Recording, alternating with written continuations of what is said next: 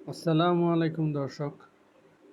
রাজধানীর দখল হয়ে যাওয়া খালগুলোর মধ্যে মাত্র 15টি খাল খনন করলেই অবিরাম জলাবদ্ধতা সমস্যার প্রায় 80% সমাধান হতে পারে বলে সাম্প্রতিক বেসরকারি গবেষণা প্রতিষ্ঠান river and delta research centre RDRC রাজধানীর 9টি জলাবদ্ধতাপ্রবণ এলাকা চিহ্নিত করে চলমান সমস্যার সমাধান দিয়েছে।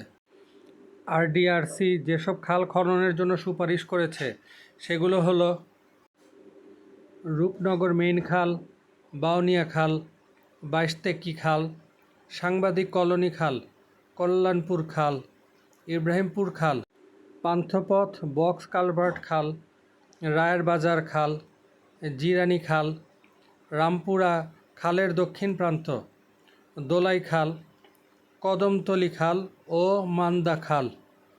গবেষণায় যে 9টি জলাবদ্ধতার হটস্পট চিহ্নিত করা হয়েছে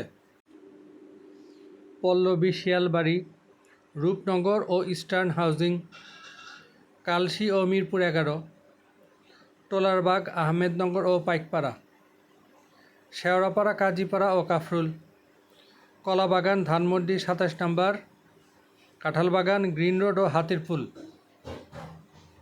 হাজারীবাগ, নবাবগঞ্জ, রায়ের বাজার, পশ্চিম ধানমন্ডি ও ঢাকা নিউ মার্কেট, রামপুরা ও বাড্ডা, সূত্রাপুর, ওয়ারী, নবাবপুর, কাজী আলাউদ্দিন রোড, সিদ্দিক বাজার, নারিন্দা ও তাঁতীবাজার এবং জুরাইন, সিদ্ধিরগঞ্জ, জাকের মঞ্জিল, শ্যামপুর, পূর্ব জুরাইন, সাদ্দাম মার্কেট ও রায়েরবাগ। চলতি বছরের জুলাই মাসে ঢাকা শহরে জলাবদ্ধতা ও আমাদের দখলকৃত খাল শীর্ষক গবেষণাটি করা হয়। RDRCর চেয়ারম্যান মোহাম্মদ এজাজ বলেন, একসময় ঢাকা থেকে বৃষ্টির পানি সরতে পারে এমন 77টি খাল ও লেক ছিল। এখন এগুলোর বেশিরভাগই আংশিক বা সম্পূর্ণভাবে দখল করা হয়েছে। চিহ্নিত 15টি খাল খনন করতে পারলে নগরীর জলাবদ্ধতা সমস্যার 80% সমাধান হবে।